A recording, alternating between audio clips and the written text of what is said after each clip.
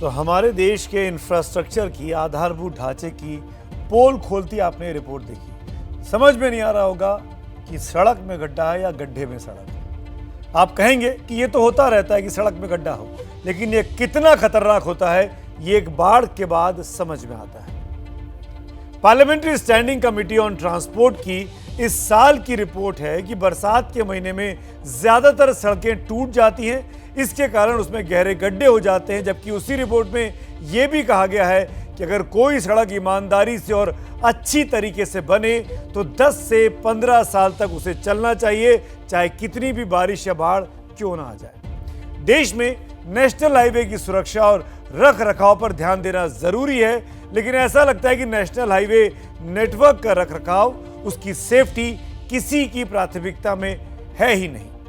ये बात इसीलिए कही जाती है कि रखरखाव और मरम्मत के लिए सिर्फ 1.24% रकम ही अलॉट की जाती है, जबकि सेफ्टी के नाम पर 0.18%। उस पर से नेशनल हाईवे नेटवर्क जो पैसा मांगता है वो उसे पूरा नहीं मिलता।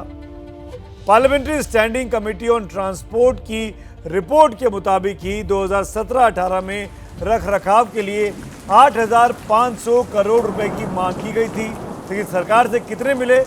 2,876 करोड़, यानी करीब 1/4 ही मिला जो मांगा गया। 2018-19 में फिर 8,500 करोड़ रुपए मांगा गया, लेकिन इस बार रकम और कम हो गई, 2,531 करोड़। 2019-20 में नेशनल हाईवे की तरफ से 6,500 करोड़ रुपए मांगा गया, लेकिन मिले 2,000 करोड़। 2020-21 में 5,000 करोड़ मांगा गया और मिला उसे 2,654 करोड़, जबकि 2021-22 में जनवरी तक ही 5,000 करोड़ रुपए मांगे गए और मिले महज 2,713 करोड़ रुपए। यानी जो मांग की जाती है इन हाईवेज की रखरखाव के लिए, उस मांग का आधे से भी कम पैसा सरकारी खजाने से अलॉट किया जाता है। अमेरिका जैसे देश में कुदरती आपदाएं बहुत आती हैं, बाढ़ भी बहुत आती हैं, लेकिन वहाँ की सड़कें ये सब कुछ झेल जाती हैं। उसकी एक बहुत बड़ी वजह यह है कि वहाँ जितना पैसा हाईवे के लिए अलॉट होता है, उसमें 50% हिस्सा सिर्फ रखरखाव और मरम्मत के लिए होता है। दरअसल बढ़िया सड़कें, बढ़िया इंफ्रास्ट्रक्चर और यहाँ रहने वाले लोगों को मिल रही सुविधाएं ही किसी शहर को स्मार्ट बनाती हैं। भारत के कई शहरों को स्मार्ट बनाने का सपना तो देखा जा रहा है, लेकिन ये शहर एक बारिश में ही बह जाते हैं। इस बार अहमदाबाद से इंदौर तक तमाम बड़े शहर बाढ़ में पानी पानी हो चुके हैं, और इंदौर तो वो शहर है जो बीते कई सालों से स्मार्ट सिटी की कैटेगरी में नंबर 1 पर आ रहा है। लेकिन इस नंबर 1 के शहर की कैसी बदहाल खस्ता हालत है, आइए देखिए इस खास रिपोर्ट।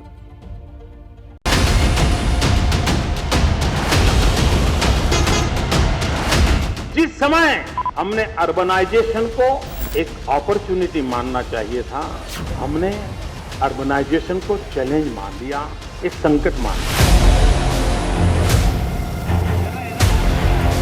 क्यों न हमारे देश में 100 नए शहर बने। अगर हम चाहें तो हम 100 नए शहरों का सपना आज देश की आवश्यकता के लिए कर सकते हैं। जैसे न्यूयॉर्क, न्यू जर्सी है, हमने ट्विन सिटी कंसेप्ट को डेवलप करना चाहिए। शहरीकरण को लेकर प्रधानमंत्री नरेंद्र मोदी का ये वो विजन है जिसमें उन्होंने एक नए सुविधा संपन्न व्यवस्थित शहरों की कल्पना की थी। ऐसे शहर जो स्मार्ट होंगे, ऐसे शहर जिनमें रहने वाले आम लोगों की जिंदगी आसान होगी। लेकिन ये सपना आखिर कैसे सच होगा जब हर साल मॉनसून में ऐसी तस्वीरें सामने आएंगी। नए शहरों की तो बात ही नहीं है, यहाँ तो मॉनसून में पुराने स्मार्ट शहर भी अपनी स्मार्टनेस छोड़ देते हैं।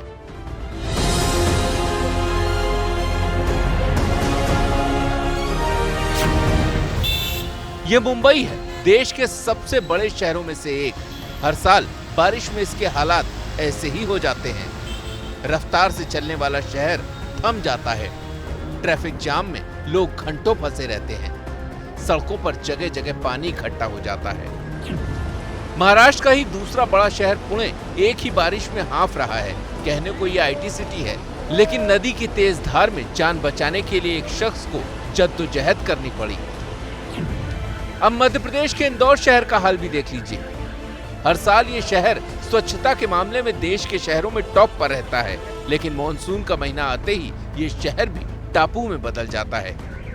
देखिए इस स्मार्ट सिटी का हाल कि गाड़ियां बहती हुई नजर आ रही हैं।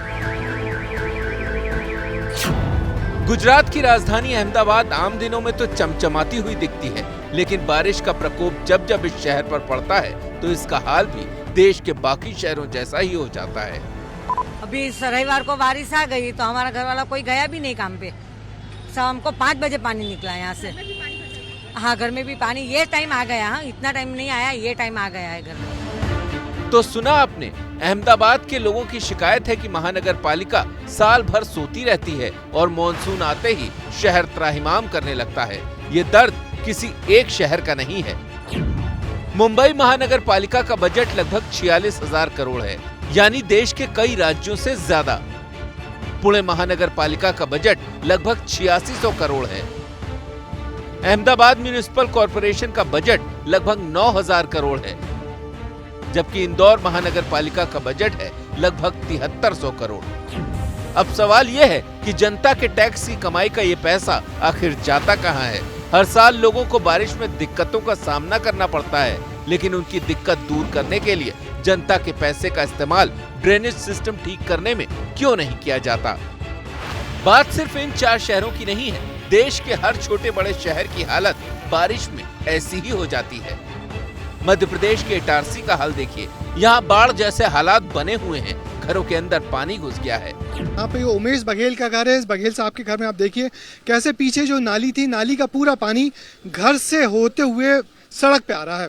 पूरा घर पानी पानी हो गया है और इस पानी घर में किसी तरह ये बघेल परिवार अपनी जो गृहस्थी है उसको बचाने की कोशिश में जुटे हुए हैं, पूरे परिवार के लोग।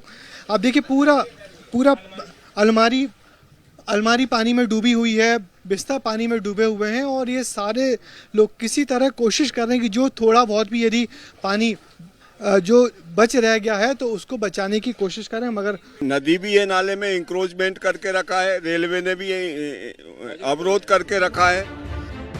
इंसान तो इंसान, इटारसी में जानवरों के लिए भी जान बचाना मुश्किल हो रहा है। महाराष्ट्र हो, गुजरात हो, मध्य प्रदेश हो, हर जगह एक बारिश ने हमारे शहरों की हकीकत को उधेड़ कर रख दिया है। टूटी हुई सड़कें, सड़कों पर पानी, हर शहर की बस यही कहानी। सवाल ये कि क्या ऐसे ही हिंदुस्तान के शहर बनेंगे स्मार्ट? क्यों एक बारिश में पानी पानी हो रहे हैं शहर? क्या इन शहरों की ड्रेनेज व्यवस्था पानी निकालने में नाकाम है? लोगों को हो रही परेशानी का जिम्मेदार कौन है? ये वो सवाल हैं जो बारिश के मौसम में हर साल उठते हैं। जब पानी भरता है तो अगले साल के लिए बड़े बड़े दावे होते हैं। जब पानी निकल जाता है तो सिस्टम भी अगले साल तक के लिए सो जाता है। बारिश का पानी तो हर साल आता है, लेकिन शहरों का सिस्टम तैयार करने वालों की आंखों का पानी लगता है सूख गया है।